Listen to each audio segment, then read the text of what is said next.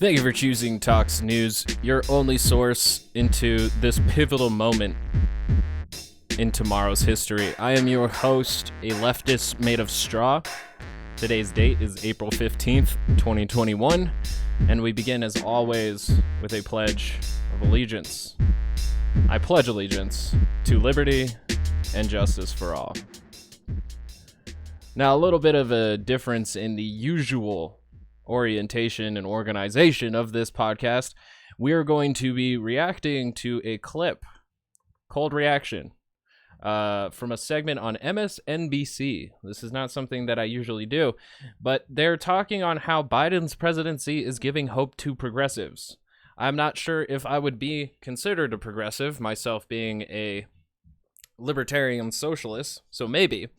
But, I tend to support a lot of what the Democratic Socialists seem to stand for. So maybe I can be put into that camp. And then later, we have to wrap up the whole enchilada. The CNN director, quote, "We worked to oust Trump, use fear to pass climate agenda," coming from Daily Wire's Benny Chaperone. And that's going to be the episode. We're going to do a quick, easy couple segment, cold reactions, and then we're going to move on with our beautiful, wondrous lives outside of politics. So let's begin now with MSNBC's Take It Away. Let's bring into the conversation Boston Globe columnist and co-host of the hashtag Sisters-in-Law podcast, Kimberly Atkins. She's an MSNBC contributor and author of Winners Take All, MSNBC political analyst and publisher of the newsletter entitled The Ink. Anand Giridharadas, Mike Barnicle, and Casey Hunt are back with us as well. And Anand, we want to start with your new piece for The Atlantic entitled Welcome to the New Progressive Era. And you write in part this: the conversation that I've had in recent weeks have painted a portrait of an improbable coming together of people and forces. A moderate president with an ascendant progressive movement at his back and at his throat, facing a once-in-a-generation window of opportunity. It's still early. It remains to be seen if this momentum will continue, if the infrastructure plan musters the votes, if the ungainly Sanders to Manchin coalition holds. But for now, a capital that has been defined in recent years by the absence of useful action bubbles with generative possibility. And many of us who thought we knew what a Biden presidency would look like and didn't expect much from it are suddenly asking ourselves, how did we get him so wrong?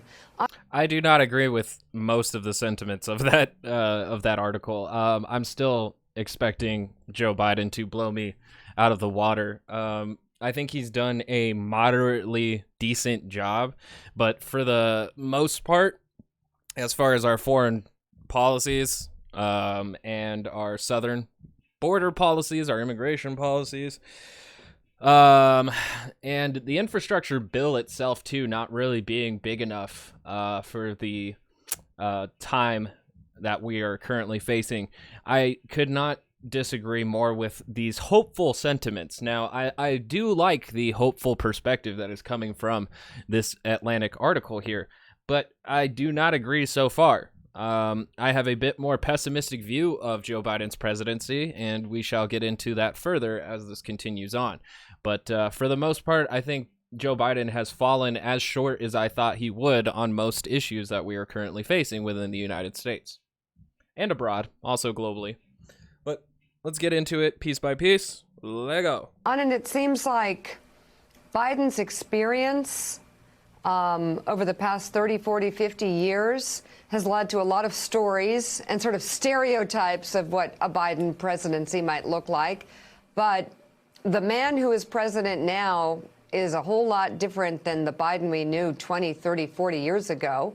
And I would hope so, because the Biden of 20, 30 years ago was supporting a massive criminalization of American citizens and mass incarceration.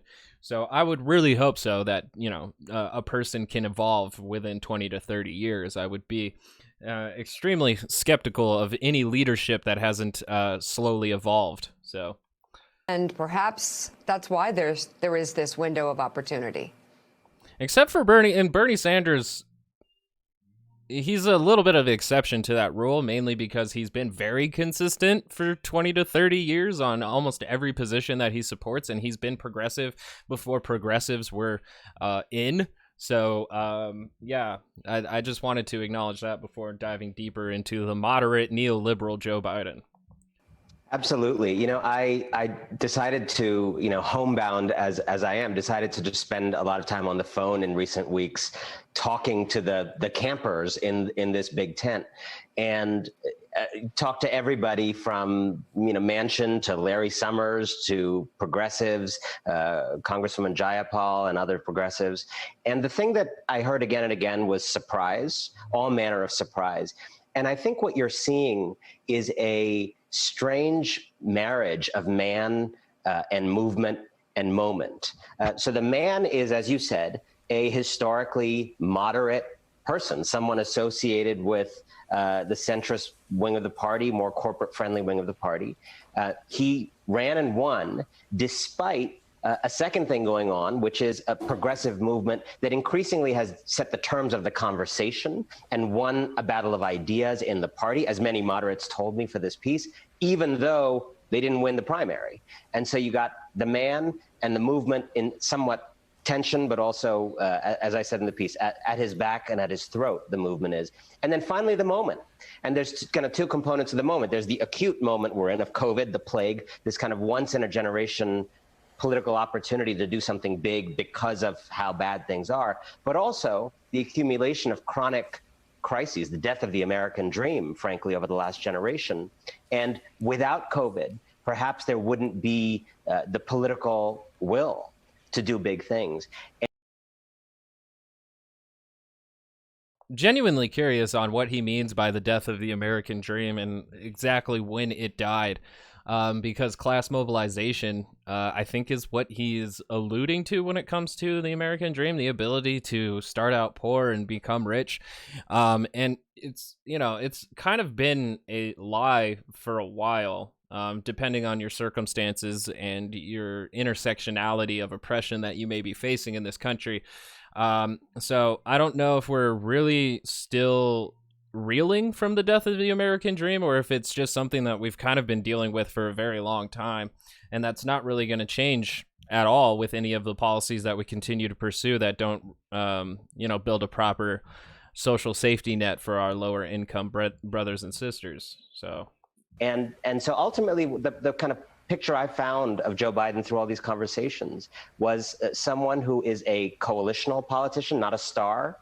Someone who is actually willing to kind of be the sum of the parts of his coalition, someone who's making progressives, moderates, business folks, others feel heard and seen and listened to in ways that, Richard Trumka from the AFL-CIO told me other administrations used to call us to tell us the decision. This administration calls us to ask what the decision should be. And it amounts, in my view, to potential. And that's essentially neoliberalism wrapped in a package, is that neoliberalism has the belief that the individual and also the corporation has a better view and solution to the problems that America is facing. And mainly in the neoliberal aspect, it has a lot more to do with corporations solving a lot of our problems more than the federal government actually does. But it's also the coalition between the private and the public sectors that seem to push forward the neoliberalist agenda. So, and it's very strange to me how, by talking about how Joe Biden is able to work with everybody makes him more progressive than anybody, but that just simply has to be because Trump lowered the bar so hard that somebody who is a moderate and can try to appease both sides is a breath of fresh air. That's extremely sad to me, because that's just how far Donald Trump lowered our bar for presidential leadership. Potentially 2021 being a break not just from 2017 and Trumpism, not just from 2009 and the kind of limited response to a previous crisis, but really a break from 1981 and the dawn of the age of Reagan, with its fundamental assumption that government is the problem. Government, the idea of government as a redemptive force to make people's lives better, is back. So, Kimberly Atkins, do you agree?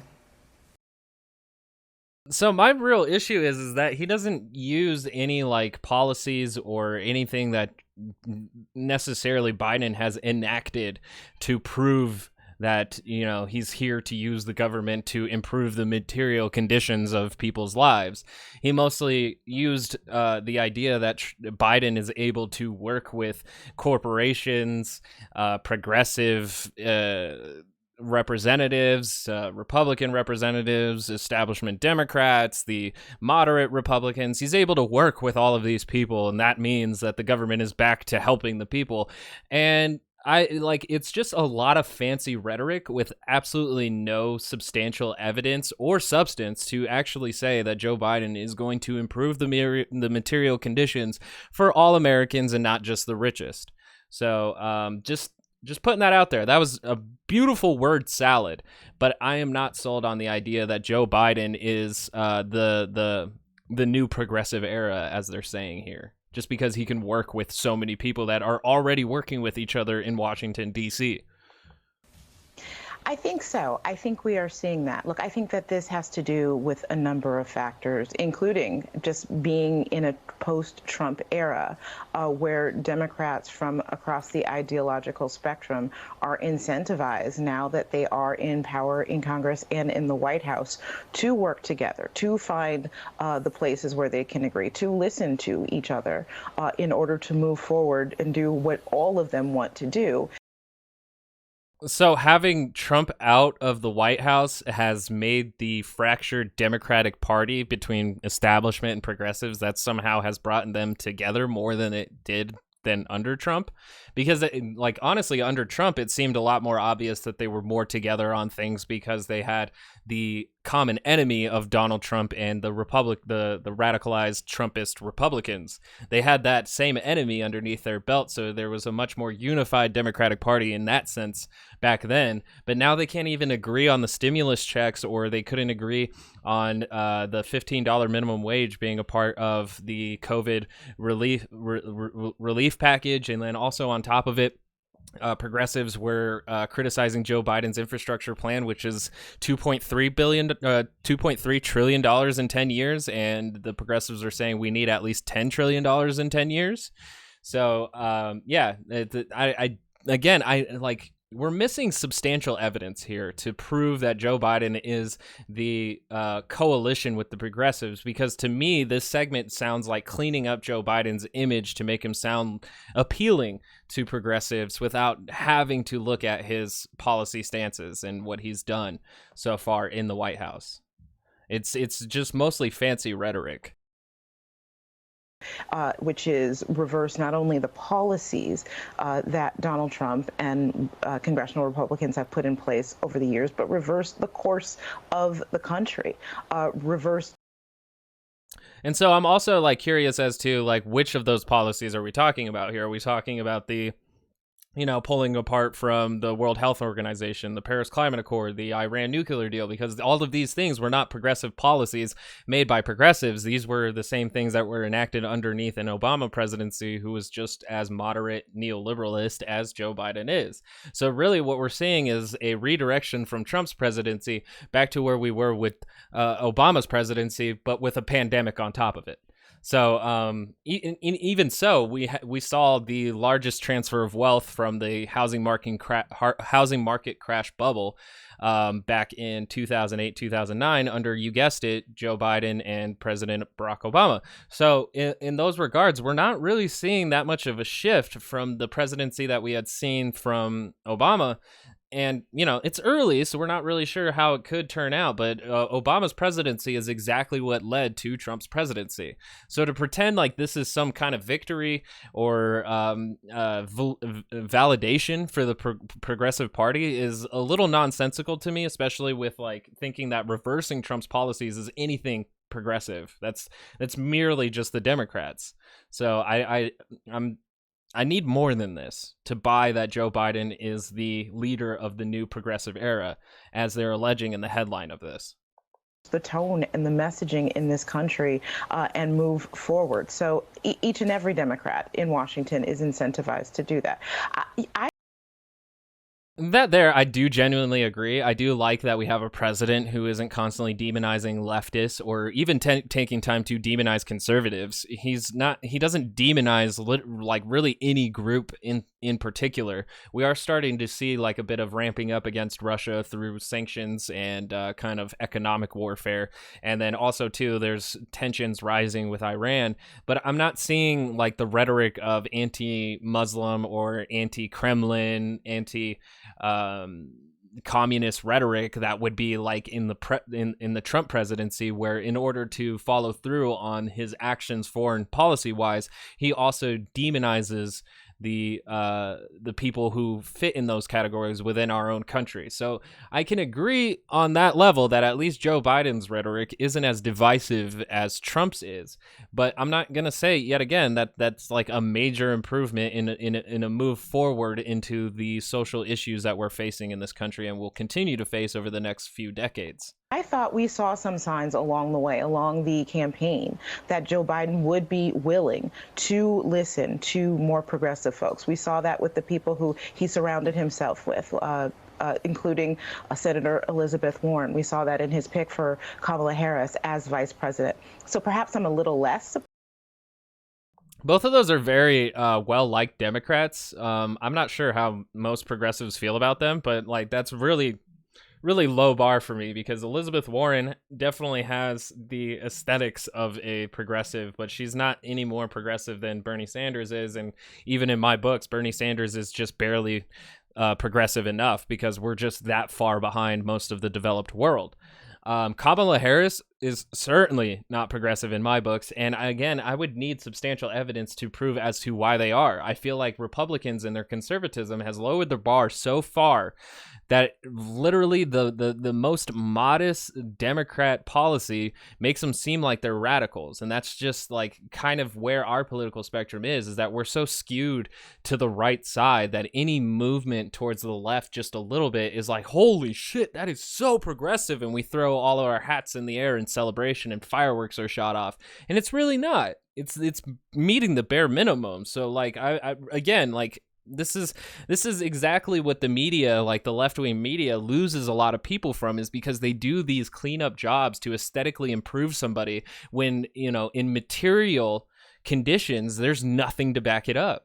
And this is a major problem of the propaganda machine that ends up getting people disaffected from the Democratic Party and easily susceptible to the conservative right-wing media. So like, and hopefully some people have the resilience to know that these both are part of the establishment of the United States that has contributed to the problems that we see in the United States and wouldn't want to feed either machine. But that's kind of part of the problem, is that everybody thinks that it's one or two of these decisions, that you're either going to be watching MSNBC or you're going to be watching Tucker Carlson tonight. And so we really need to eliminate this partisanship and this idea that we need to have one or two parties to represent all of our ideals for this country. It's really dangerous cult-like thinking, and it happens on both sides. And so when I'm watching them clean up the image of Joe Biden in front of my very eyes without actual material substance to back it up, is exactly why I see a lot of people who go from why I left the left and why I joined the right. So because like, you know, they feel that dissidence inside of them. They're like, this authority does not seem right. And the Republicans sound like they're coming from a common sense place of, this is why you should protest this form of authority, this Democratic left-wing form of authority. But then when the Republicans do the same exact thing on the other side, when they have their president, then it can really, they're ping-ponging supporters, while at the same time, any of the ones that they do hold on to long enough, they radicalize into an ultra-nationalist position and makes the political discourse in this country extremely toxic. So this is bad. This is, I don't like this segment coming from MSNBC. I get the point of it, but it's really not worth its weight if Joe Biden is not the archetype that they're painting him out to be. And it's really only going to do more harm along the way as we continue to see Joe Biden do the same policies that Trump did, or just a slightly less brutal version or cruel version of a Trump policy. So that's just where I'm at on this segment 5 minutes in.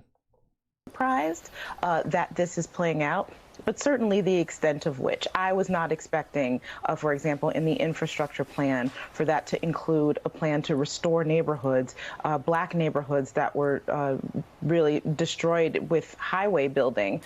See, again, and that's just like how low our bar is set. Like that should be a very normal part of infrastructure bills, is a focus on neighborhoods, on communities, on public buildings. Like this isn't supposed to be something that's radical. It should just be a thing. So the fact that like Joe Biden can meet the bare minimum of an infrastructure bill and we praise it as such a progressive, radical move is completely crazy to me. This is supposed to be normal. We should be that invested in our neighborhoods and our communities that we're not surprised when we actually take the time to throw a couple $1 billion at them. That's crazy to me. That's more crazy to me than thinking that we could have spent $10 trillion on it. And the amount of money that we spent in the 20 past years in these endless wars that no American supports at this time, the amount of money we spent on that rather than infrastructure, that's not radical to anybody? That's not crazy?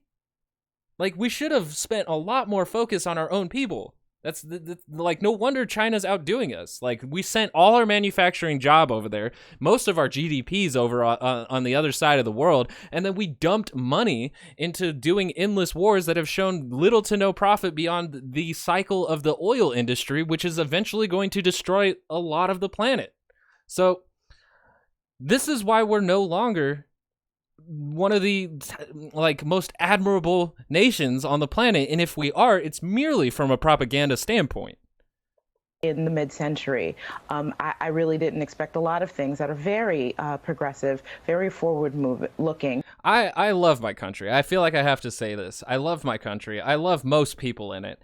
But it's really hard for me to, like, the American exceptionalism is on both sides, where we think we are really that, like, we act like our shit don't stink.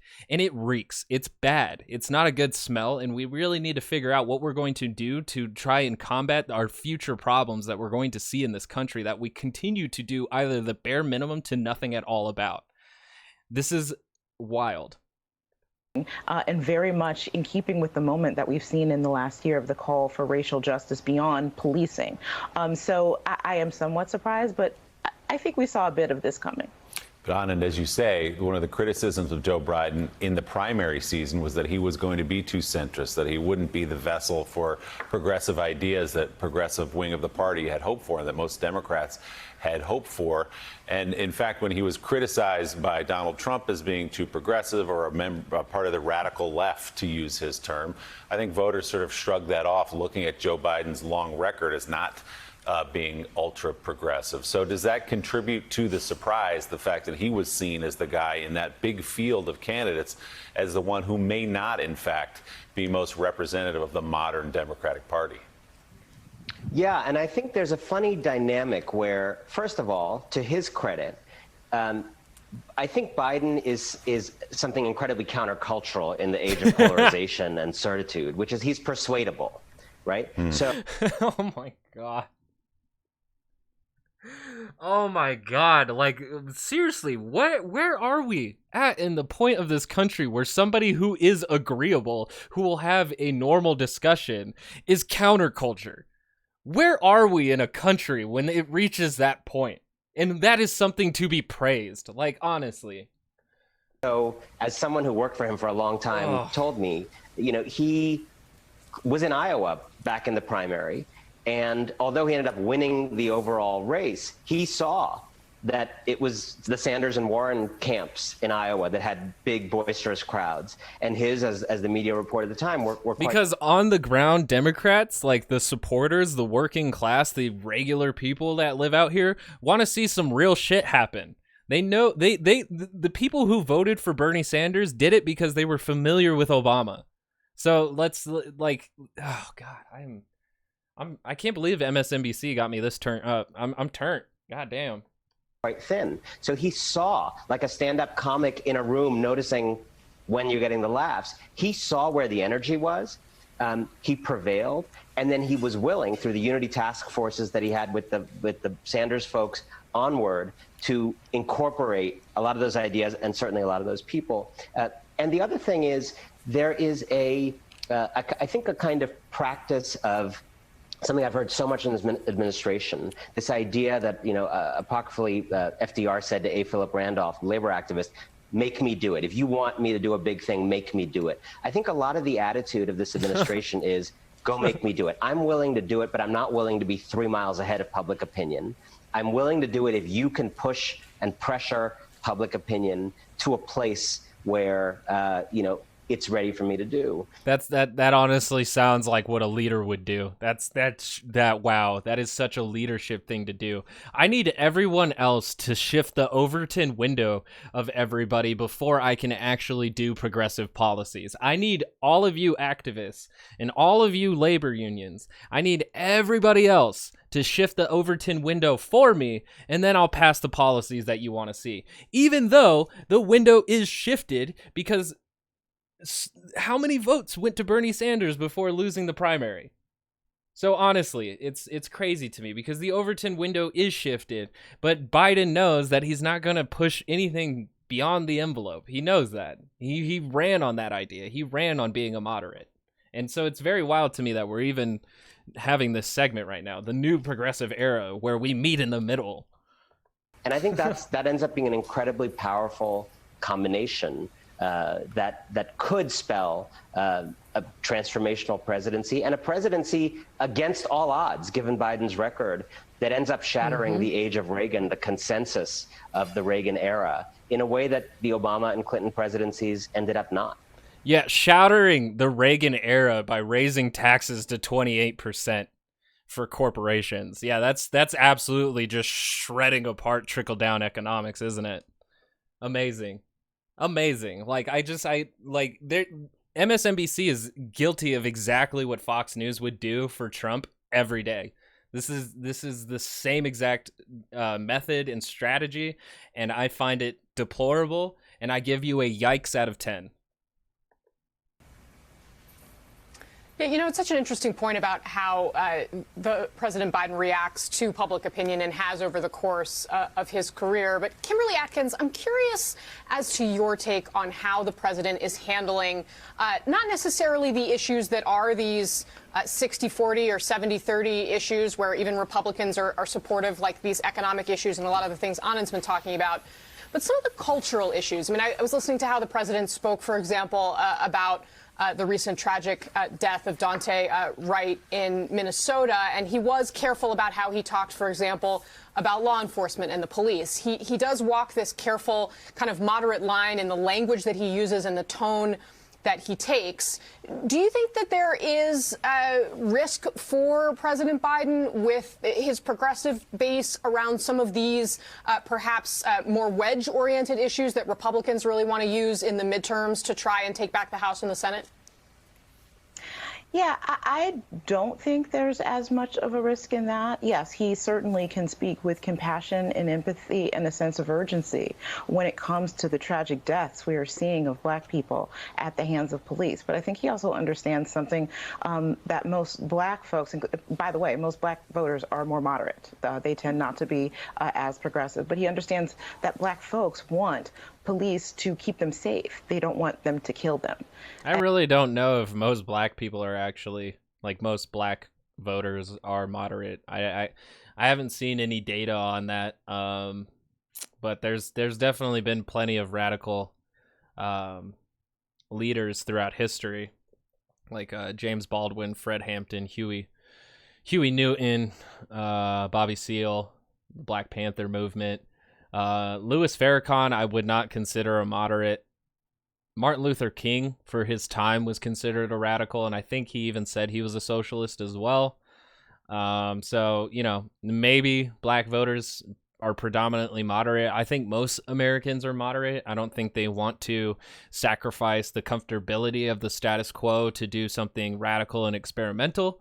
They usually have to be provided with a good enough reason and a justifiable plan to do those sort of things. But as I'm getting older and I'm seeing the convergence of every social crisis that we have, I don't personally believe that moderation should be taken on a lot of these issues. I do think that we need radical plans, such as a $10 trillion infrastructure plan. I think we need a Green New Deal to start moving away from fossil fuels, which apparently is really radical. And I think we need, probably the most moderate thing that I would say is that I think we need common sense gun control. But even if you talk to a conservative about that, that's a radical position. So what we're playing with here in this country is a very misunderstood placement of the political spectrum. So I'm really having a hard time here. Because as conditions get worse in a lot of these aspects, as the wealth inequality, climate change, the chances of another world war, the idea of nuclear armaments, space exploration, we're looking at a necessity towards radicalism, and we're seeing us swimming upstream with moderates. So, and people can disagree with me. You could say we could use incremental change, but I think by 2025, we're going to need to see some serious shit happening and happening fast. And that in pushing for reforms, it does not mean that you want the police to go away. Defund police means defund the way that they have been working up until now. So I think he understands that, and I think Black Americans get that he understands that. It was Black Americans in South Carolina that really set him on the path to the presidency. But I also think, in like I said, the policies that he's putting forward, that he understands that the moment that we are in requires really bold and forward-moving action when it comes to restoring and putting within reach the American dream for Black Americans. Like he's talking about things like reparations. He's talking about other measures. So I think but talking about these things doesn't necessarily equate to like the actual implementation or the commitment to do these things. Like a politician is really only as good as their word, and most of the time, in order to garner support, they will back up their image more with words than actual action. So like what I'm really hoping to see is what Joe Biden will do in the form of like, does he actually have a comprehensive plan on reparations, or is she merely putting that out there to continue to cultivate that progressive Black voter into his camp? So like I don't like this. I don't like it. I think so far he has really jumped in. I think Anand is right. It is still early. I'm waiting to see what actually comes out of it, where the rubber meets the road. But so far, I think he is on the right track with that. And he very well could be. Like, it's still very early in Joe Biden's presidency, but so far I'm seeing nothing but the continuation of Obama era. Plus having to react to the COVID pandemic. All right, honestly, great. So after, seeing MSNBC actually do a cleanup job of Joe Biden's image, we're going to go switch over to the right side of American television, or internet vision. I don't know. And go with Ben Shapiro here, who has an exclusive from Project Veritas. Project Veritas is a right-wing gonzo journalist. I think they want to call themselves that. But they go and they usually go undercover and expose Democratic wrongdoings. And I think the first time that they had really caught my attention was during the 2016 election, when they had exposed DNC's tactics in trying to smear Donald Trump and smear Bernie Sanders, and also uplift Hillary Clinton, and all the tactics that they would use to do that. But Project Veritas has had a very shaky existence because a lot of their undercover stuff has been debunked or has been outright whistleblown, as like a few people have said that they've been paid $10,000 to make up the story that James O'Keefe, the founder of Project Veritas, wanted them to do. So whenever Project Veritas has a video now, I'm extremely skeptical because a lot of them have been debunked.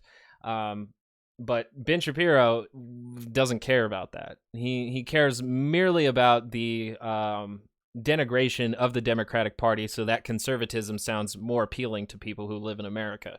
So let's get to that. Let's do that. James O'Keefe, once again embarrassing CNN. Apparently, a CNN staffer went on 5 Tinder dates with a spy from Project Veritas, according to Mediaite. Say James O'Keefe's Project Veritas has just released new secretly recorded footage on Tuesday that reveals CNN employees describing how the network worked to support Joe Biden's campaign during the 2020 election. Shocker. CNN technical director Charlie Chester. I like how he said shocker because it really should not be a shock to anybody. Like MSNBC and CNN work in the same way that Fox News does for the Republican Party. They do hold certain people accountable. Like Andrew Cuomo did get some flack through CNN and MSNBC reporting, but how much of that is still going right now? Can you remember the last time that MSNBC and CNN have talked about Andrew Cuomo? That's my point. And the last thing that we just went through does prove that they do a bit of cleaning up and fancy word salads to make Joe Biden sound a lot better than he really is. So in certain regards, this is exactly what I'm talking about, in that the liberal propaganda machine fucks up so bad that it allows people like Ben Shapiro and Tucker Carlson to swoop up those disaffected voters and bring them into the conservative party, which then further radicalizes them into super like heterodox, like Christian, Judeo-Christian, and ultra-nationalist positions inside the American political system. So let's get more of this, because this is like honestly from liberal to conservative pipeline going on right now. Played the video's starring role. Here is some of Charlie Chester talking about the role of CNN in the 2020 election. They've already announced in our office that once the public will be open to it, we're going to start focusing mainly on climate,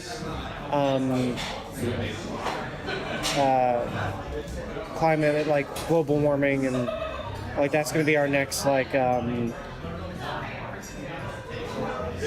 know, like, what's the word I'm looking for? It's going to be our focus. Our focus was to get Trump out of office, right? Without it saying it, that's what it was, right? So our next thing is going to be for climate change awareness. They're just, and of course, this is all obvious. I mean, it's clear that CNN is a propaganda outlet. We've all known this for a long time. It's just that they lie. And then when you call them on it, they're like, how dare you? They get Brian Stelter on, reliable sources, yelling about Fox News or something. Daily Wire does the same exact thing. If you're watching any news commentary, even this show included, if you're watching any of it and you assume it's not propaganda, you need to wake up and stop watching the news. Literally anybody reporting on the news, commenting on the news, anything regarding politics in the news is propaganda. Almost all of it. So like anybody telling you they're not propaganda is full of shit, and do not listen to them. That's going to be my piece here, because it's funny that Ben Shapiro is going to be like, everybody knows CNN's a propaganda machine, and pretend that he's not. No. Everyone doing this game right now, propaganda. And the most damning portion of the video is that opening supercut.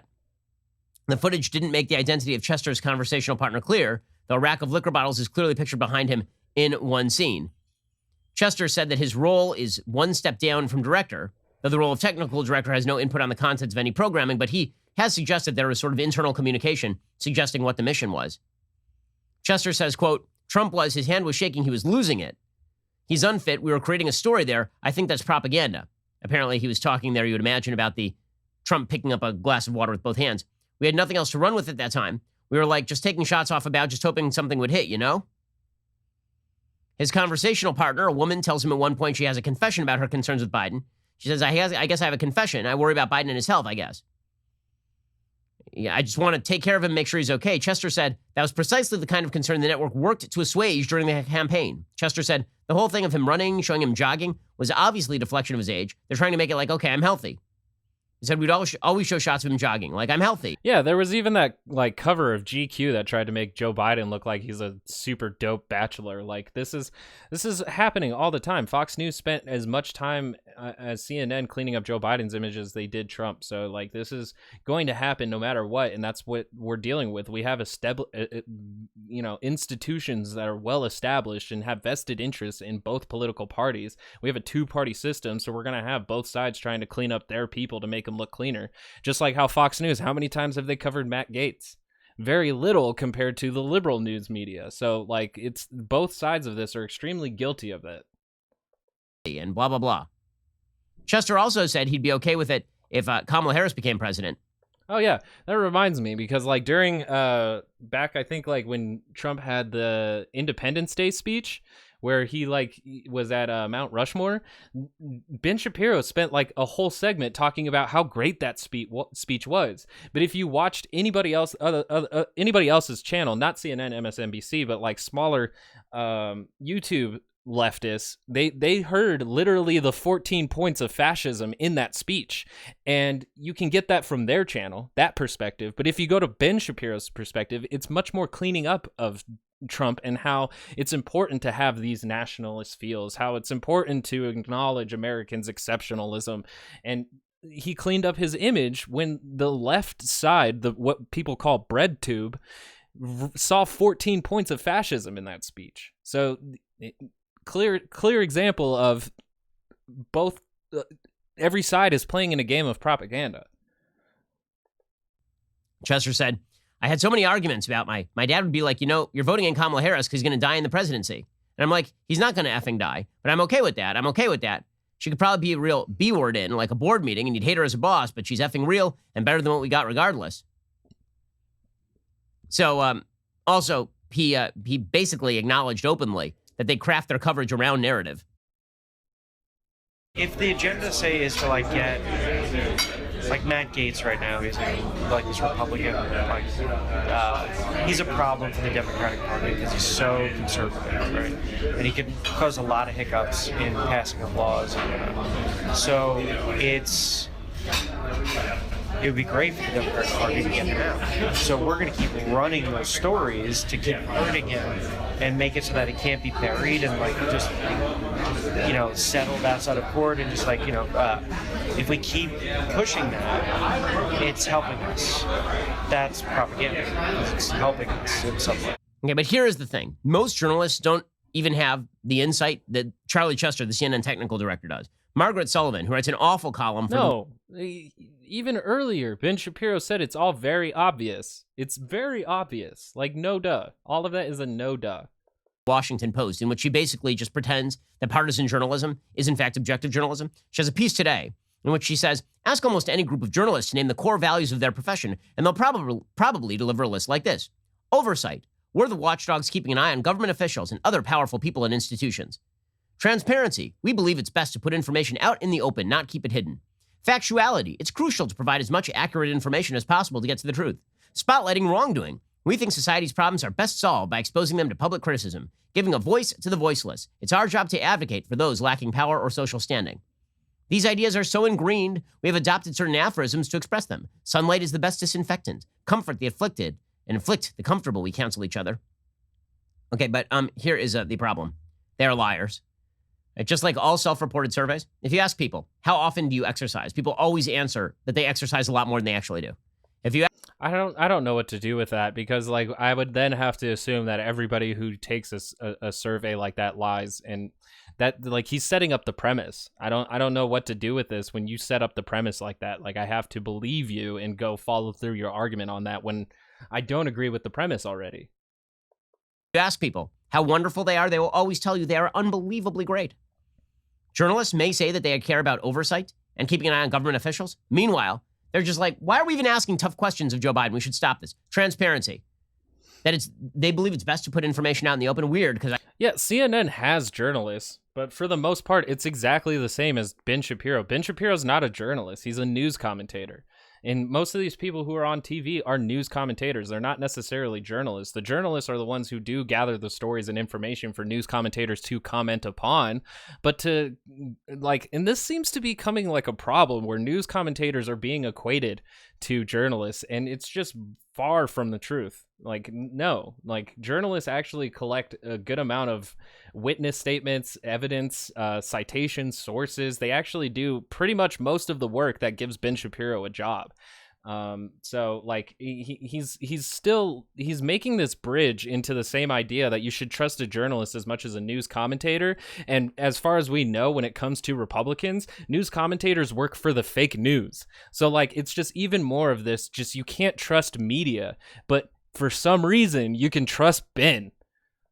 I seem to remember this Hunter Biden story where y'all cheered on full-scale suppression of an actual story. Factuality?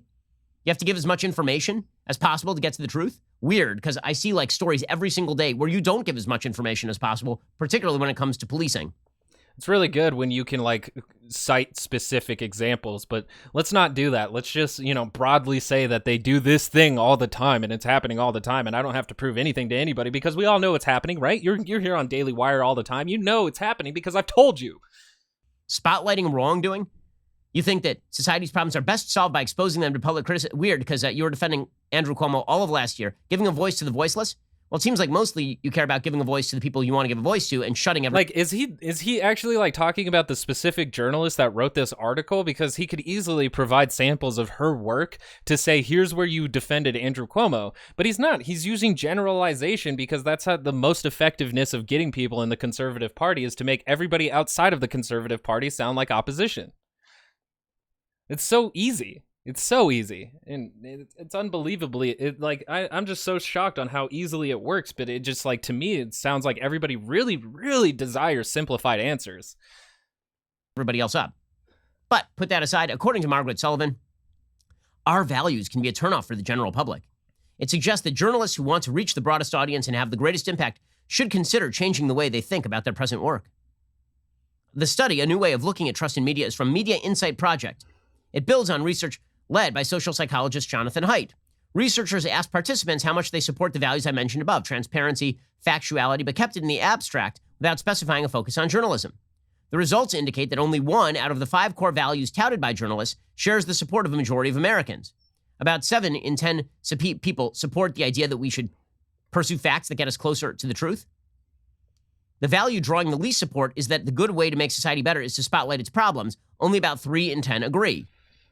Well, that is at least partially understandable, considering that maybe the way to make a good society better is to uphold its strengths as well as spotlighting its problems. Maybe a lot of people see your spotlighting its problems as a way of tearing down the system, which is what you guys overtly say you want to do. Yeah, see, and that's the problem of like Ben Shapiro and the conservatives, is that any critique of America is equivalent to hating America. So they're like, even if he says, why can't we hold up the strongness, the strong attributes as much as we do the weaknesses? And it's like, because if we over highlight the strong, we constantly ignore the weak attributes of it, and the weak attributes constantly contribute to the suffrage of millions of billions of people. So that's why, Ben, we don't hate America. We love it so much that we're trying to fix it. We're in a toxic relationship where we think we can fix this toxic place. But there's a lot of people in the way that don't want it fixed because they find benefits in the way that it is. Only about 1 in 10 Americans fully support all 5 of the journalism values tested. People who prize loyalty and authority are much less likely than others to see the need for a watchdog over the powerful. People who put a high value on fairness are more likely to think society should amplify the voices of those lacking power. So, of course, this means that the real reason that people don't trust the media is because it is the people who are wrong. We cannot be bad at any of this. It is the people who are wrong. Or alternatively, you suck at this. And all the things you say you prize, you don't actually prize. And the American people know it. I hope you... All right, no, I'm not letting him finish that. No, I mean, he kind of got the presupposition from what she had said. But I think the most part that people have problems with in the media is that it either goes opposed to their own biases or it confirms it to the point where that's the only media that you consume. And so any other media that opposes it disgusts you. And we're really into a place in this society where news commentary is almost more essential than just objective journalism. And that's mainly because objective journalism still comes in the forms of writing and reading articles. You don't get a full, fledged out thought of what to think about information unless you go to a news commentator. And I think the serious problem that we have with media is that no matter where you go, it is biased. And so as long as people are looking to fight for one side rather than fighting for their own side and their own best interests, that's why you're going to keep meeting these sides of the political media, where you're going to hate the opposition for not agreeing with you, rather than thinking of what I can do to get to the root of all of these issues and where I fit into changing it, because we all have the power as Americans to do that, especially if we can unify. So, this was a wonderful trip from the liberal to conservative pipeline in the media. Thank you for joining me on Tox News. Follow me on Twitter at ToxinPod, ToxnPod.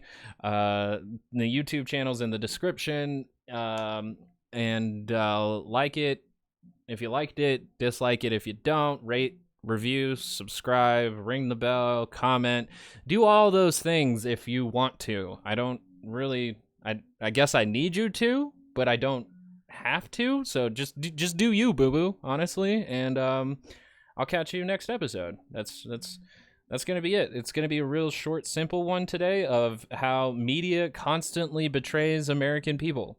Thank you.